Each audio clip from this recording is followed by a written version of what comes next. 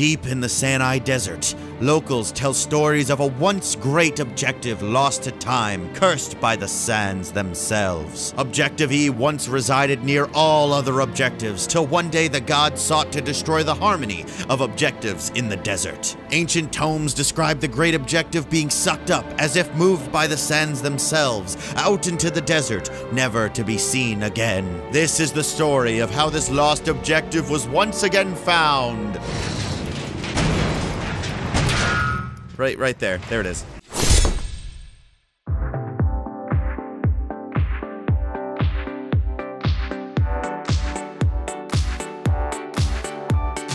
The Battlefield 1 beta has come and gone, and I want it back. After playing the alpha, the beta was more of the same, which is a good thing, but with a new map called Sinai Desert, which was first shown off at Gamescom 2016. Sinai was pretty fun, although I and many others felt that the alpha map, St. Quentin Scar, was better. I will say that is objective though, because I still had a lot of fun on the desert. But it is clearly a much more open map that requires more vehicle use compared to the close quarters action of city streets. Still, it allows for bigger pushes between objectives, as teams would often charge through the desert towards the next objective. Overall, it was still fun and shows there will be a variety of map styles in Battlefield 1 that are still fun for most classes. Now, I spent most of my time up here in this cluster of objectives to the north. This allowed me to stick with the more close quarters gameplay that I tend to enjoy. But in my very first game, I remember looking to the south and saying, holy shit, at an objective across the map. Objective E is this little guy right here that is absurdly far away from all other objectives on the map. Now, I don't know if this objective is the furthest away in Battlefield history given the stupid sizes some Battlefield 4 maps can get, but compared to the distance of other objectives on the map,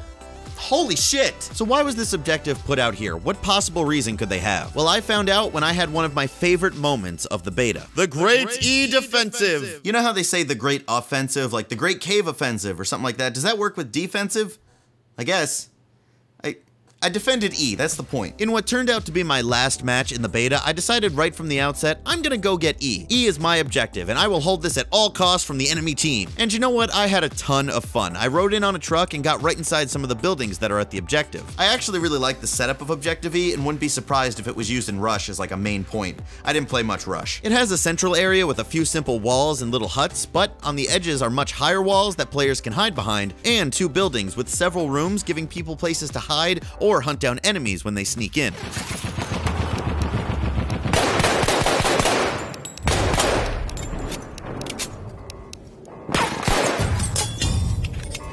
Anyways, this was a great place to hold up, and I ended up spending most of my match defending this point from the enemies that would occasionally wander in this direction. That's what made this objective different from all the others. Because it's so far out there, only a few people from each team are there at any given time. Hell, a lot of the time was just spent shooting at planes that would pass by.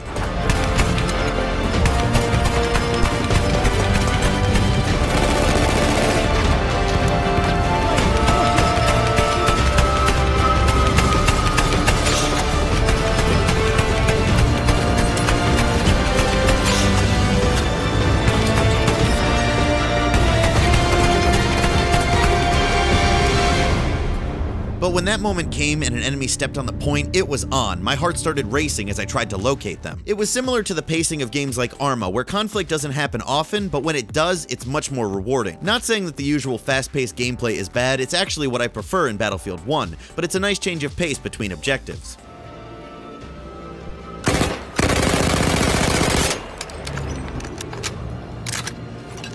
Yeah.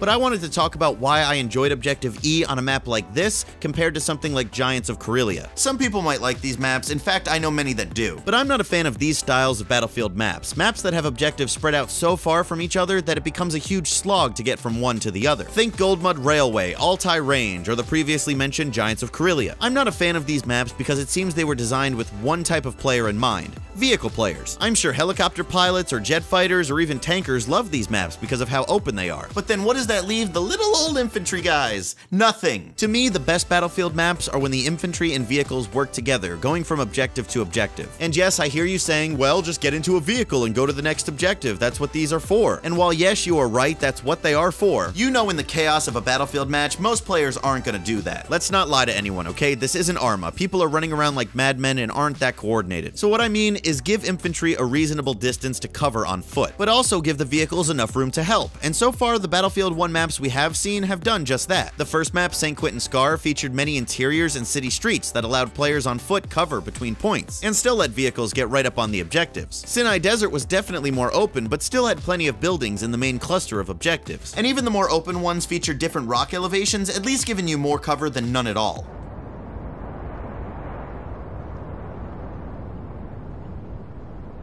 So then we get to Objective E, and from what I've said, you probably think I hate that point. But no, here it works, here it makes sense, and for one key reason. I'm not forced to go to Objective E, I can choose to go to Objective E. On a map like Giants, every single objective is miles apart, and my only option to play the game is to bend to the map's will. But with Sinai Desert, most objectives are placed in high-density areas, and if I'm not feeling the long trek to an objective, then fuck it. I'll just stick around here. I'm sure someone will get E eventually. But if no one does for a while, I have the choice to say, okay, I'll be the one. I'll make the trip over there and capture the point. Then it becomes a fun side story instead of a whole long drawn-out match. Different gameplay styles is what makes the Battlefield series stand out. People can play medic, engineers, snipers, chopper pilots, tankers, and I think that should continue in the gameplay style of a single map as well. If people want to slow down and just defend a single point, then they should have the option of E, or if they want to stay in the intense action, they have the others. Point is, players can pick what they enjoy most, and then everyone's happy, and that's the point of this series, bringing together a bunch of different types of players all together on one Battlefield.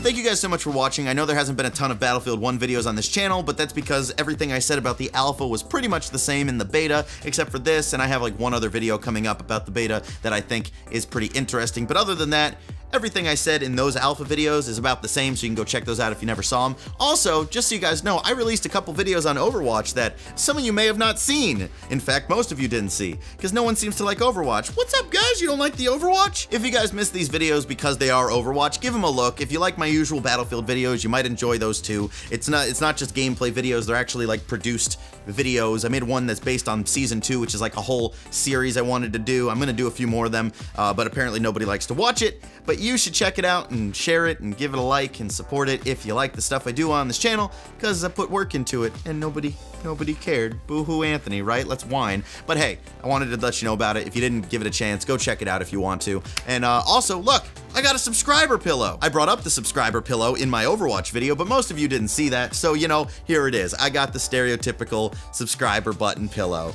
It's so fluffy.